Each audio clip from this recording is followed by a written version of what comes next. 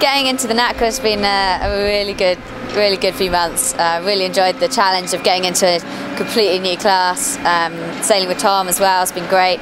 So just looking forward to going racing now in Palma. I think I always knew that I wanted to campaign again, definitely. However London went, I knew beforehand that I wanted to carry on. Obviously didn't know which class yet, but when I decided it was going to be the Nacra, you know, there's so much I need to learn and so much work I need to do that I felt like I wanted to get into it quite early on, just to get a bit of a feel for it, so that come these events in the spring I was a bit more prepared. And looking back now, I'm really pleased I did, and because it's been such a different challenge, it was really easy getting back into it, and I've enjoyed every minute of it so far.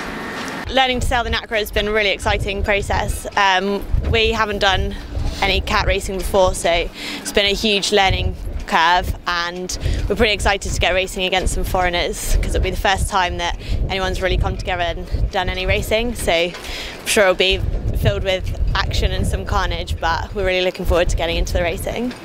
Speed is definitely the biggest difference, going a lot quicker than I did in the Elliot before.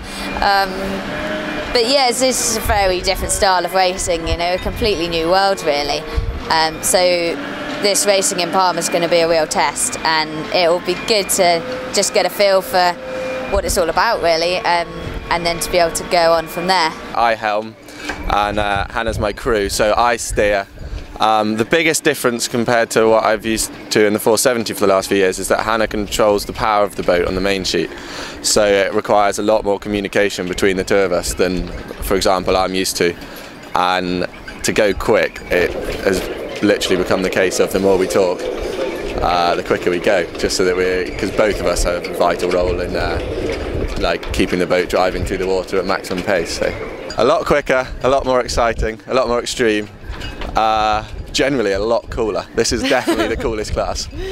The crewing role is quite a physical one, so that's been quite a challenge, learning kind of just the endurance of the main sheet and then the kite sheets. They're quite loaded, and being a mixed boat there's a difference between kind of some of the girls are crewing and some other people have got the guys crewing, but yeah, I do kind of a lot of the boat speed stuff, controlling the shape of the mainsail, and yeah, a pretty physical role, but as Ben said, the communication is really important and making sure that we're both kind of in the same mode and knowing exactly what we want to get back from the boat. So it's great, it's a real challenge. We've had some really good wipeouts training, particularly last session we did in Murcia. We had breezy week all week, and we're starting to get to grips with the boat, but that does mean we're starting to push harder and harder, and therefore when it goes wrong, it goes really wrong. But luckily, touch wood, no injuries to date, so we just, you know, really want to keep it that way. There's a lot of crashing and burning. Fortunately, we're trying to do everything we can to dodge injuries, and we're both working hard on our fitness, and that is helping us with injury prevention. And yeah, I think that's one area that we're really focusing on as a team, and thus far we've got off quite lightly. I think this week is, well, we're going to learn a huge amount this week.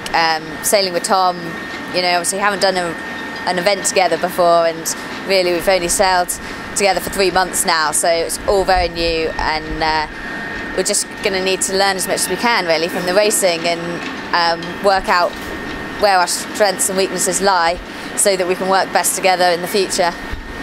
Hoping to have fun. That's the most important thing.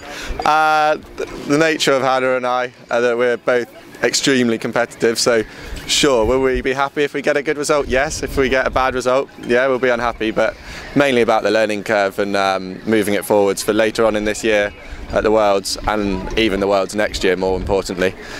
But yeah, we should be able to put something decent down on the scorecard. And there's also that added lure of getting 0 points for a win now that seems exciting. We've got to get one of those.